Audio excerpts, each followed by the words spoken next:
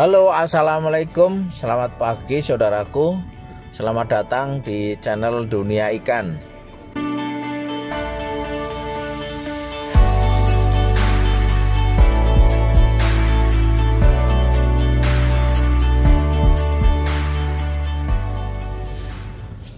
Pakan ikan adalah komponen utama dalam usaha budidaya ikan, di mana menempati porsi sekitar 70-80%. Modal usaha budidaya ikan harus digunakan untuk membeli pakan ikan, khususnya adalah pakan ikan produksi pabrik.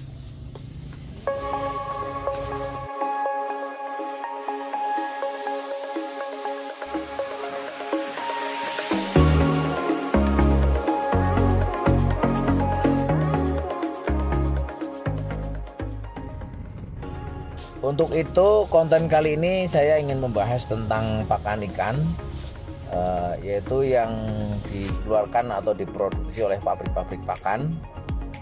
Khususnya bagi para pemula, hal ini penting untuk diketahui tentang pengetahuan pakan ikan yang diproduksi oleh pabrik-pabrik pakan.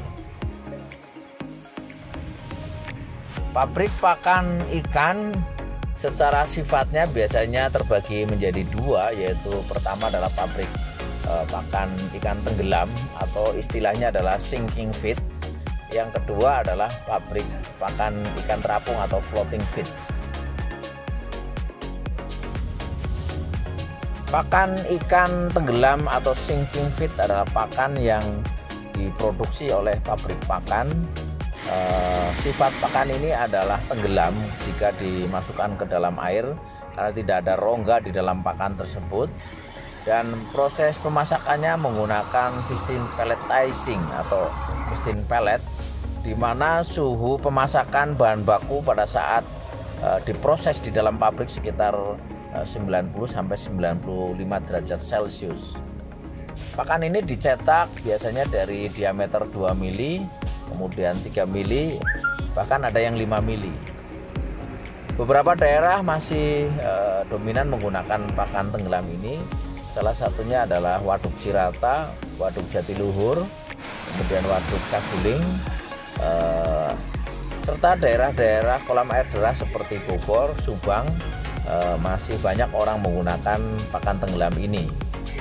Beberapa daerah lagi seperti di Kalimantan Selatan untuk budidaya ikan bawal juga masih menggunakan pakan tenggelam. Untuk konten protein di pakan tenggelam ini memang bervariasi. Jadi ada pakan yang digunakan untuk proses budidaya, ada pakan yang hanya digunakan sebagai para hobis. Konten protein yang untuk budidaya meliputi dari kandungan protein dari 24% sampai ke 29%. Hal ini menentukan kualitas dan harganya. Untuk proses budidaya yang intensif dan komersial, maka biasa menggunakan pakan dengan konten protein antara 26 sampai 29%. Standar. Sedangkan untuk para hobis atau sebagai pakan eceran yang ada di toko-toko itu, konten proteinnya biasanya rendah, hanya sekitar 18 sampai 20%. Kurang. Pakan terapung atau floating feed adalah pakan dengan teknologi paling terkini, dan ini menjadi salah satu alternatif untuk mengefisienkan proses budidaya. Pakan ini diproduksi oleh pabrik dengan mesin extruder. Jadi setelah pakan diekstrak kemudian dihancurkan, maka pakan ini akan ditekan dengan tekanan yang cukup tinggi, sehingga pakan ini akan muncul rongga udara di dalam pakan sehingga bisa mengapung. Suhu pemasakan pakan terapung ini lebih tinggi, yaitu sekitar 100 sampai 110 derajat Celcius, sehingga proses pemasakan bahan-bahan pakan ini lebih sempurna dan lebih matang. Selain itu juga proses grinding atau penggilingan bahan bakunya lebih halus. Untuk itu pakan terapung harganya akan lebih mahal karena membutuhkan energi listrik yang cukup tinggi dan proses pemasakan yang lebih baik dan sempurna. Biasanya dengan konten protein yang hampir sama dengan pakan tenggelam, maka harga pakan apung ini akan lebih mahal sekitar 1.000 sampai 1.200 per kilo. Namun demikian, pakan terapung menjadi salah satu cara bagaimana efisiensi budidaya bisa diciptakan, karena dengan pakan terapung ini bisa terjamin 100% pakan bisa dimakan oleh ikan. Pakan terapung diproduksi oleh pabrik biasanya untuk keperluan dua macam. Pertama adalah untuk pakan benih dan kedua untuk pakan pembesaran. Pakan untuk benih biasanya diawali dari diameter 0,5 mili, kemudian naik menjadi 0,8 mili dan 1 mili.